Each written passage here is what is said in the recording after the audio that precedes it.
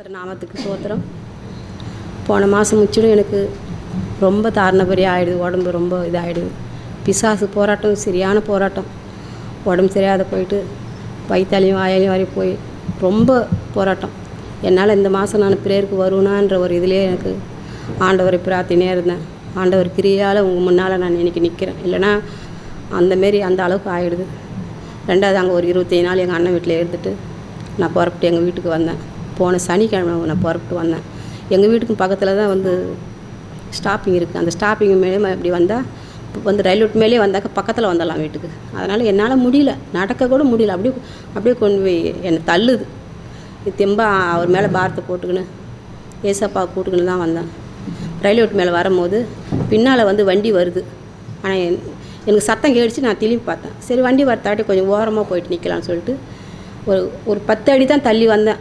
அதனாட்டி பக்கத்தில் இருக்கிறவங்க ஏமா வண்டி வருதுன்னு கத்துனாங்க. இல்லைங்க எனக்கு தெரியுங்க பார்க்குறேன்னு சொல்லிட்டு கையை காட்டிக்கிட்டு அந்த தண்டவாளத்தை அப்படி தாண்டின பாரு. அப்படியே செருப்பு அப்படியே சிலிப்பி ஆகி அப்படி தண்டவாளத்து மேலே வந்துட்டேன். நான் திரும்பி பார்க்குறேன் வண்டி வந்துனுங்குது. அவங்க அந்த டிரைவர் சரியான ஆர்னி கொடுக்குறாரு, பயங்கரமாக கொடுக்குறாரு ஆர்னி. என்னால் ஏந்திரிக்கவே முடியல. டக்கு நான் எப்படி தான் ஏஞ்சின்னு எனக்கே தெரியல. கர்த்தருக்கு சோத்திரம். என்ன அப்படி கட்டப்பையெல்லாம் கீழே வந்துருச்சு. அந்த நடுமத்திலும் வந்துச்சு. அதையும் அதை எடுத்துக்கிட்டு நான் அதுக்கு முற்பட்ட ஒரு ஓரமாக நின்ட்டேன். அந்த டிரைவர் என்ன திட்டினாரு தெரியல. எதையும் என் காதில் ஊந்துச்சு. என்ன திட்டினாரு போனது நாயப்பைன்னு சொல்லியிருப்பார். பரவாயில்ல, கர்த்தருக்கு தான் நன்றி சொல்லணும். அதுலேருந்து என்னை காப்பாற்றினார். அப்புறம் வீட்டுக்கு வந்தேன். வீட்டுக்கு 2-3 நாள் சென்று இந்த கால் சுளுக்கு ஆகிடுது. காலை எடுத்து வைக்கவே முடியல என்னால். இங்கே ஊருக்கு வர நான் எப்படின்னா அந்த பிரேயருக்கு நான் போகணும் சொல்லிட்டு ராவும் பகலுமா இரவு வேண்டிக்க அவரை வேண்டிக்கிட்டே இருந்தேன், நினச்சிக்கிட்டே இருந்தேன்.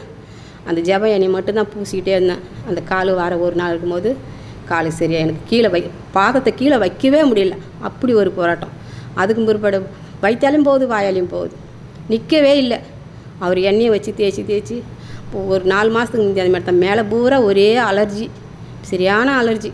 அந்த அலர்ஜிக்கு நான் எங்கேயும் போகலை, எங்கேயும் போய் மாத்திரை மருந்து எதுவுமே நான் எடுக்கலை. அவர் ஜெப எண்ணெய் மட்டும் பிரதர் எனக்கு ஜெபம் பண்ணி கொடுத்தாரு. அந்த எண்ணெயை அது மட்டும்தான் மேலே விலை பூசினேன்.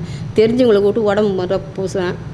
அப்புறம் டெய்லியுமா கூப்பிட முடியும்னு நினச்சிக்கின்னு எங்கே வச்சாலும் ஒரு சொட்டு வச்சாலும் உடம்பு பூரா பாயும். ஆனால் என் மனசில் நினச்சி எனக்கு எட்டின இடம் பூரா எல்லாம் தடவினேன். இப்போது அதிலேருந்து ஆண்டவர் எனக்கு விடுதலை கொடுத்தாரு. கர்த்தருக்கு ரொம்ப நன்றி சொல்கிறேன். இதெல்லாம் நான் சொல்லணும். முன்னால் இன்றைக்கி என்னை அவரை நிற்க வச்சுருக்கிறது அவர் கிருபையால் தான் நான் நிற்கிறேன். எனக்கு பலனே இல்லை. அவர் தான் எனக்கு பலத்தை கொடுத்து இங்கே ஊருக்கு வரும்போது 2 டிக்கெட்டு போட்டேன். போகிறதுக்கும் வரட்டுக்கும். போகிறதுக்கு மட்டும் தான் டிக்கெட் இருக்குது, வரத்துக்கு டிக்கெட் இல்லைன்னு சொல்லிட்டு கேன்சல் ஆயிடுச்சு. ஒரு 3 நாளைக்கு முன்னே கேன்சல் ஆயிடுச்சு. பரவாயில்ல, நான் எனக்கு போகிறதுக்கு மட்டும் டிக்கெட் கொடுத்தா போகிறோம் அப்படின்னு சொல்லிட்டு அவர் கிருபையால் இப்போ உங்கள் முன்னால் நிற்கிறேன். கர்த்தருக்கு ரொம்ப நன்றி சொல்கிறேன்.